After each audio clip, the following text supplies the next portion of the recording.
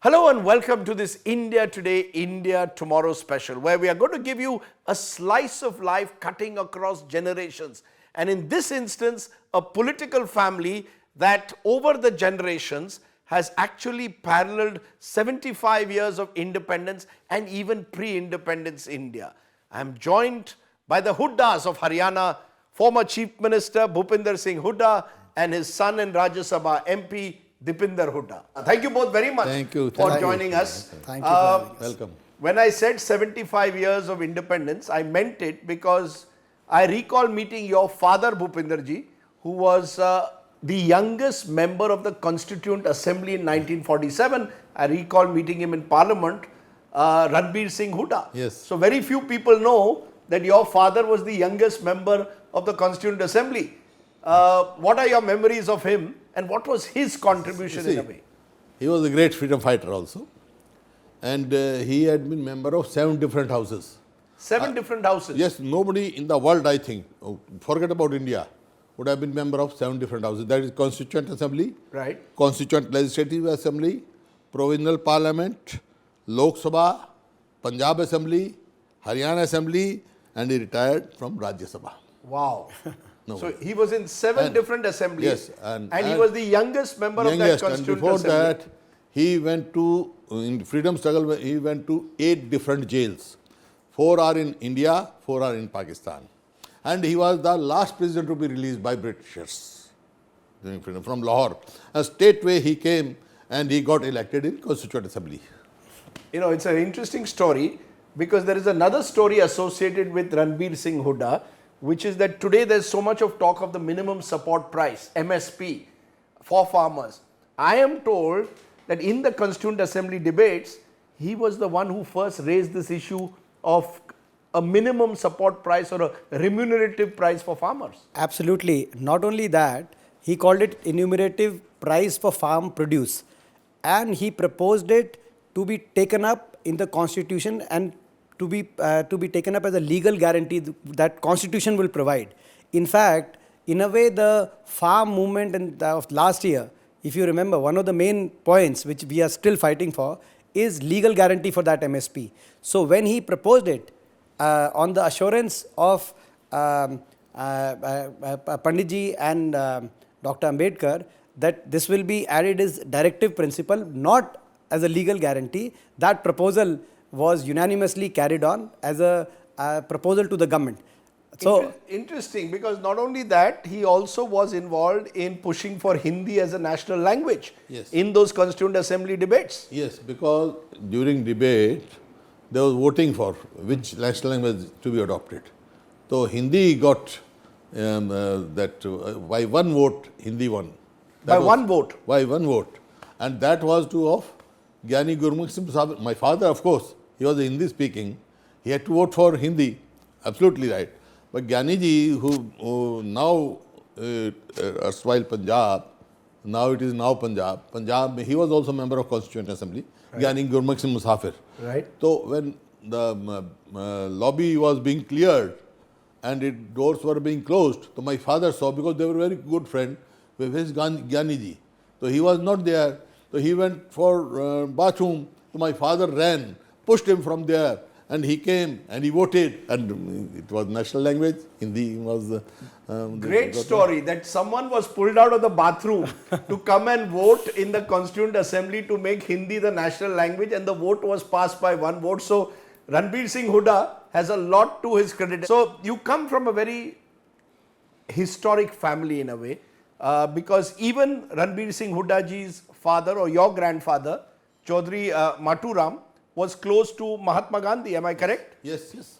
Because my grandfather was DCC president also in 1900 something. And in 1921, Mahatma ji came to Rohtak, and my grandfather organized a public meeting for him. There were 25,000 people over there in 1921. So that meeting was presided by my grandfather, Chaudhry Maturam, which was addressed by Mahatma ji, Lala Lajpat Rai, and Maulana ji. This I have got. This is Wow, the Tribune of 1923. yes, 21. 21. This is February 1921.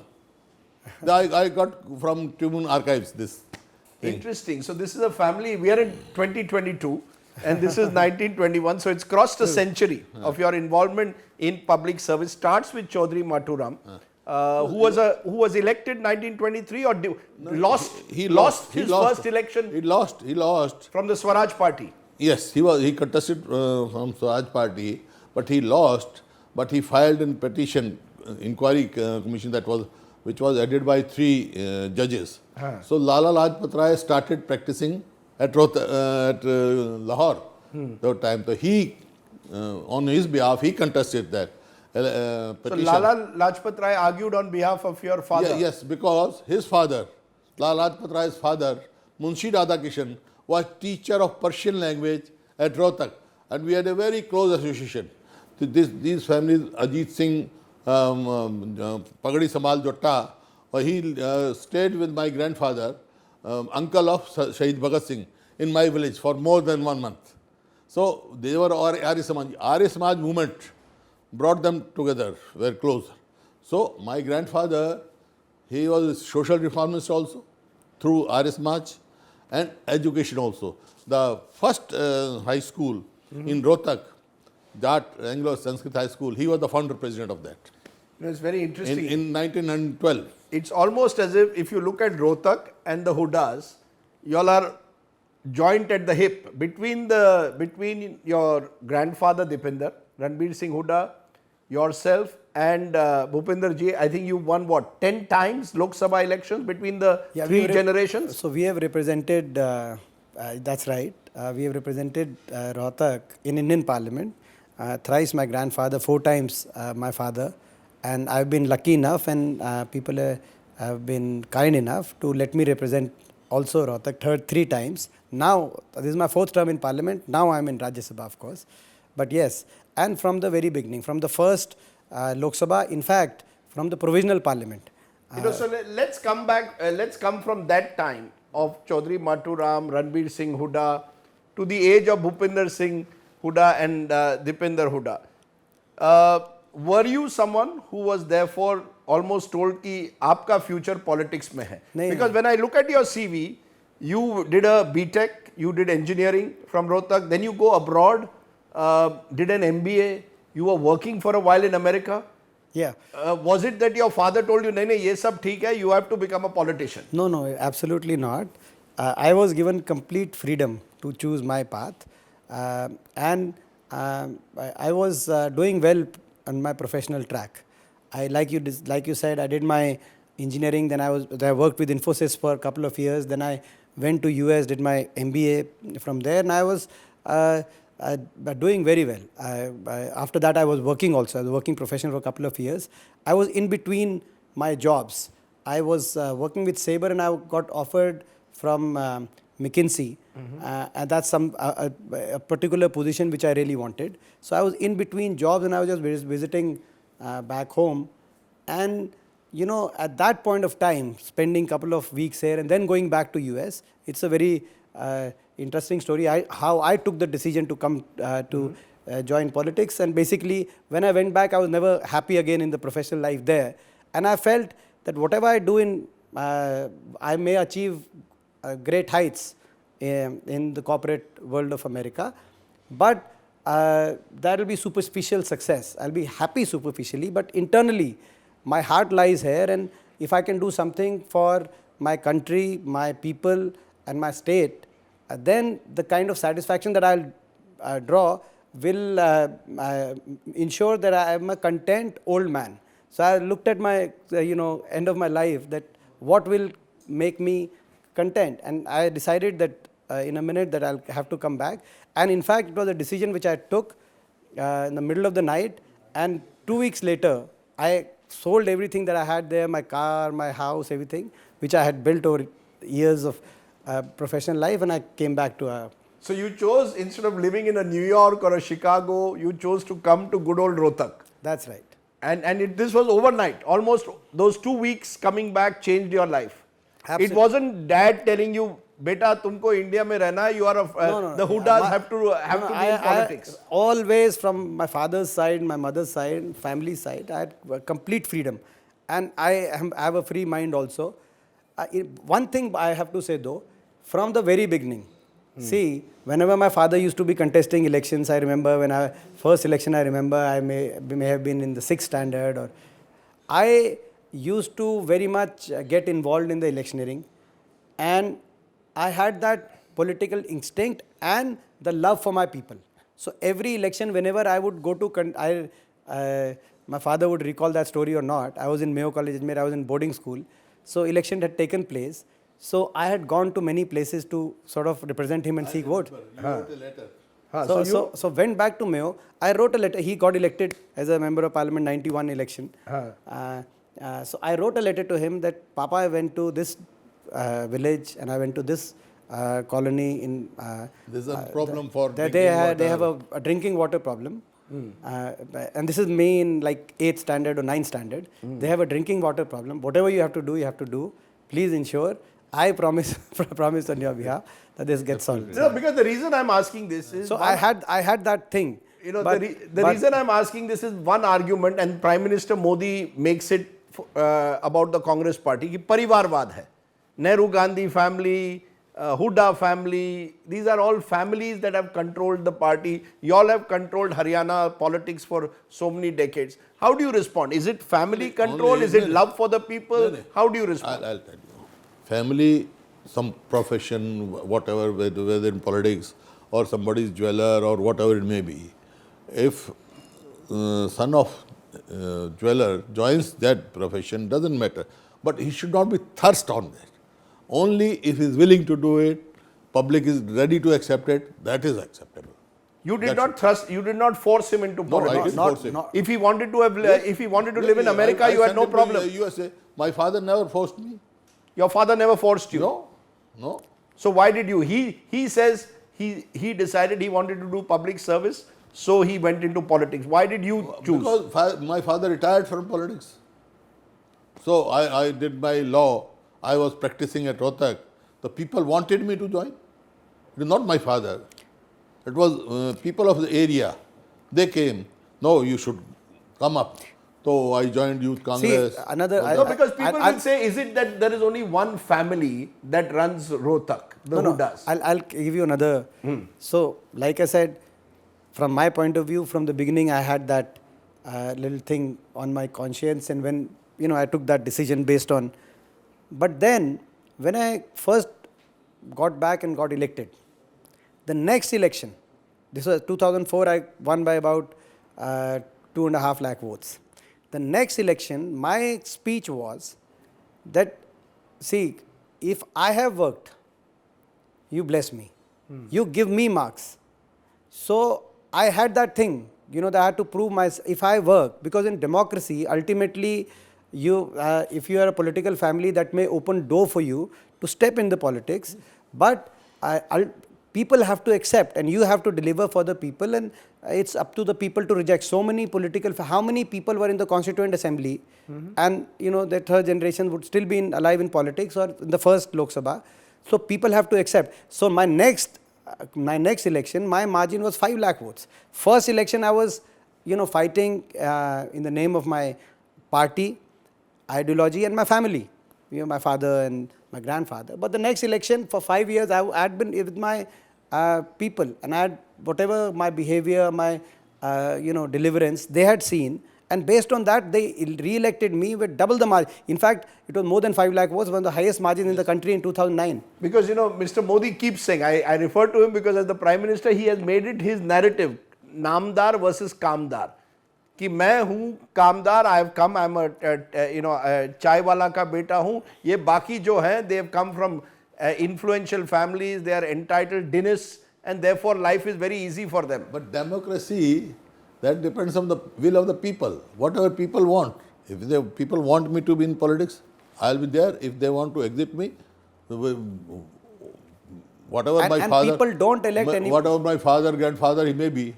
But if I don't deliver, they will shut me out. You don't think you could have just won elections on the name of your grandfather or father? You needed to prove yourself. Yeah, my father retired long back. He retired in 78, but I won in 91. Right. And I'll tell you another thing. नामदार and कामदार जो आप कह रहे हैं, you know, a namdar can also be a kamdar. In democracy, kamdar is most important. I agree with Mr. Modi on that. I totally agree with him. बिना कामदार के कोई लोकतंत्र में किसी को लोगों का आशीर्वाद नहीं मिलता. लेकिन कुछ कोई नामदार भी कामदार हो सकता है और कोई नामदार निकम्मा भी हो सकता है. वो लोग फैसला करते हैं. So ultimately it's the will of the people, and you cannot rule somebody out. If somebody is well intentioned and somebody can do good for the people and is a very genuine person, just because he is born to a political family, that's one point. Second point, quickly, is you inherit both things. Sometimes you inherit great things. Like I said, the first thing is to get your foot in the door, etc., etc. But you also inherit the fact that a lot of people say, oh, आपका तो परिवार तब से है, अभी तक ये नहीं हुआ. तो so it's an advantage and a disadvantage to have a family surname. They're both things, You know, like because- everything in life. Because if I look at Haryana politics over the last 50 plus years, 4 or 5 families have dominated it. There was the Devi Lal and family, Bansi Lal ji and family, Bhajan Lal ji and family, and now the Hooda family. 4 or 5 families have sort of, in a way, monopolized politics. So, as an outsider, we'll say Haryana is all about family Raj. या तो देवी लाल के बेटा became a chief minister of Haryana. Bansi Lal pushed his children also into politics. Kuldeep Bishnoi, the son of Bhajan Lal, is still in politics. So the argument is, in a state like Haryana, few families run the show. But you see, my father, he was son of a farmer, right? His father was not MP or chief minister. My father was not chief minister. He was in politics. He was a freedom fighter. He fought for the nation. You see, their thinking was entirely, that generation thinking is entirely different. When he was in jail, my uncle, मेरा ताऊ जो है, मेरी mother को ले गए मिलाने के लिए लाहौर जेल में. तो माई फादर सेड, इनको क्यों ले आए भाई तुम मेरे को मिलाने के लिए? मैं तो जिंदा जाऊंगा कि नहीं जाऊंगा, देश के लिए लड़ेंगे. That was there thinking. Only after, when he became a member of Constituent Assembly and he was MP also, I used to say, what was their agenda? Their agenda was only on the head was nation building, nothing else. It was not how to win election. That was not the same thing. It's an interesting thing you're saying. Is that the big difference? That in your father's generation and even your grandfather, it was about nation building, freedom fight. Now politics is not about public service. It is about winning elections. साम दाम दंड भेद करके चुनाव जीतना है. Manifesto बनते हैं वो तो how to नहीं, पैसे की राजनीति. हुडा साहब, let's be how honest. to get maximum vote. That is because now it is democracy. You have to fetch the votes. So there is basic difference. But that generation, you see, which was all member of Constituent Assembly, I think 99.9 were freedom fighters. They fought for that. They were in jail. All their youth went in the jails. But today's politicians, do they have the same sense of public service? Let's be honest. Are today's politicians driven by public service या personal profit करना है? We want to increase our assets. हमें अपनी एक विरासत बनानी है. दोनों किस्म के आदमी हैं. हमारे जैसे भी हैं. जो ये तो अपने दादा के पास ही बैठा ना. He has been got learning from his grandfather. मेरे पास नहीं बैठा है कभी, but he used to sit with grandfather. Yes, he's right about one thing. So I was saying that ठीक है, professional, I went on a professional track and I was doing very well in US, etc., etc. But my roots and my beginnings, in my early childhood, I used to spend all my time with my grandfather, listening to the stories about freedom struggle and about what that generation, how they sacrificed everything. Like one day I remember, some of the memories that I have, I was looking at my grandfather. He used to shave without looking at the mirror, and my father used to shave looking at the mirror. So I asked him, my first sort of recognition of the world that shaving is something. I said, दादाजी आप तो शीशे की तरफ देख ही नहीं रहे. तो उन्होंने कहा कि बेटा अंग्रेजों की जेल में शीशे नहीं होते थे. अरे वाह. So very that had the impact. Those things. अंग्रेजों के जेल में शीशे नहीं होते थे. And so those things make an impact. So I feel lucky and blessed that some of those sentiments got into my subconscious when I was a little child. So what the point is that, in today's generation, like you asked, are everybody driven by principles, or there are certain people who are? And you're absolutely right. If you look at it, of course, that generation came through the freedom struggle, and subsequently, we have seen, and I have seen in my 4 terms in Parliament in the last 20 years, the quality of politics in our country has actually gone down, has dipped, and I don't want to blame on one party or the other, but overall, I mean, even the sense of debate in Parliament, if you look at the last 20, 30 years, 90s, if you look at the debate, the level of debate, how, all those things, so should worry us as a nation. But, whatever the reality of the generation is, then, but you cannot say that you cannot bracket everybody in one corner or the other. The reason I'm asking you this is when you became Chief Minister of Haryana in 2005, and you were twice Chief Minister, you are credited with a lot of development projects, but you were also attacked by your critics saying there's a lot of corruption, a lot of land scams, some of which the charges even CBI has framed now. And no, they say... there's no land grabbing in my... nothing. They said scams. They claimed that there were various irregularities in land deals. The point is... After 8 years, nothing has been... Sure, but the point is in your father's generation, none of this was there. Now, increasingly, politicians find themselves being charged with corruption, money, power coming into politics. Has that changed? You see, what has changed? About Haryana you were talking. When Haryana was formed, it was all sandy state. There was one medical college, which was, my father was minister with Pratap Singh Karon, he got it to Rohtak. There was no engineering college. There was nothing. Now, the 2 aspects, health and education. So I concentrated on that. And that is why now anybody from Haryana doesn't go to Karnataka or anywhere for engineering, for medical.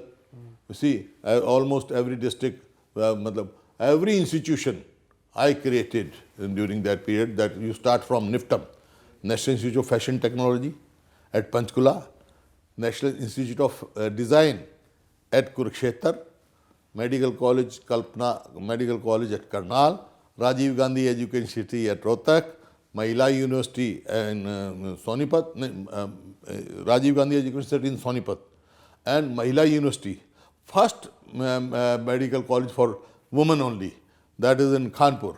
You see, and Faridabad, the medical college is there. Then YMCA, which was very small institute, that university was innovated. Then first Defence University in Gurgaon, then Central University, then Indira Gandhi University in Rewari, Sainik School, then AIMS in Jhajjar, then IIM at Rohtak, then the third university, Visual and Performing Arts University at Rohtak, then Animal Sciences University at Hisar, Choi Bansilal's university named after Bansilal in Bhiwani, and one university named after my father at Jeend. So this is education and health. But a lot of medical colleges are coming. Nobody, as I said, a lot of people I speak to say, when Mr. Hooda was Chief Minister, there was a lot of development that took place. But because land was so precious and agricultural land was being denotified for many of these projects, questions have been raised over alleged money making, and that Haryana was being used by the Congress as a cash cow for the Congress party. Nowhere it has been mentioned that money has been passed to me. Nowhere. Even the cases which are going, that there may be irregularity, but that allegation is not with me. Not even a single. But not even a single. But in a sense, I'm. If you see, there's one case. A plot was allotted to Associate Law General, AJL, by Sri Bhajan Lal. All right, that was already allotted, but I extended with some penalty. What is that? No, the reason I'm asking you is again as an outsider, today you cannot fight elections without having a war chest of money, resources. Today Congress attacks the BJP saying BJP monopolizes the resources. The BJP says when the Congress was in power, they would monopolize the cash.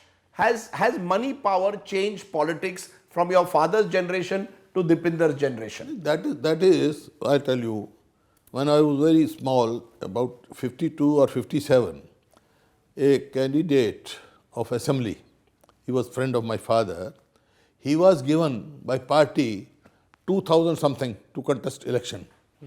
Out of that, he spent only 1,500 and 1,000 he returned to the party. So you have to find out people. There are people like that also in this politics. But are they still such people? Today, if I'm... You can't classify in one thing. That every type of person is there, in everything, in your field also. Sure. Everybody can't be Rajdeep Sardesai. Sir, but the fact is that, as times have changed, Deepender, have you found that more difficult? You've come from America, you came to a system which perhaps was very different to what you were used to as a management graduate working in an American business. Is that something that frustrates you? That if you have to fight elections in India today, you have to do, as I said, Sam, Dam, Danda, Bhed politics. That is what you hear increasingly.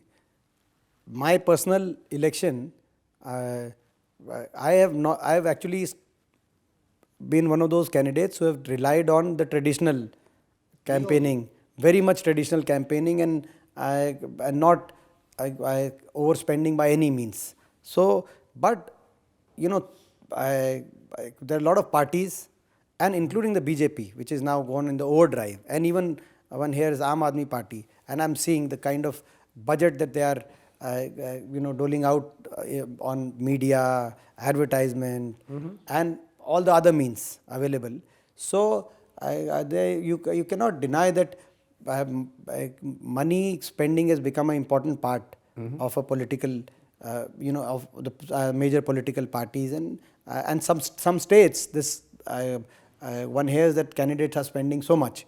There are certain states which are, and apparently this trend is, catching up across the country. So it is something for the lawmakers to be really concerned about, because see, if this remains unchecked, you look at what has happened with the political parties and the bonds and whatnot. I don't want to get into the debate how BJP is disproportionately getting 70-80% of the money resources of the country today to fight, and then say giving it to its candidates.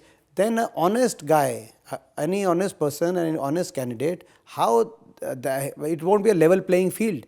And that's why this is something which genuinely the lawmakers should be concerned about. But unfortunately, what I see in the top leadership of the country today is basically using the resources to just retain the power.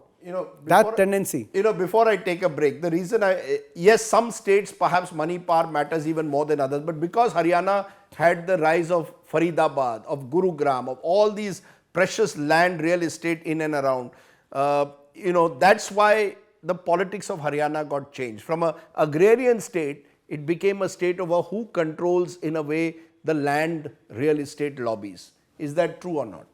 Because of Delhi.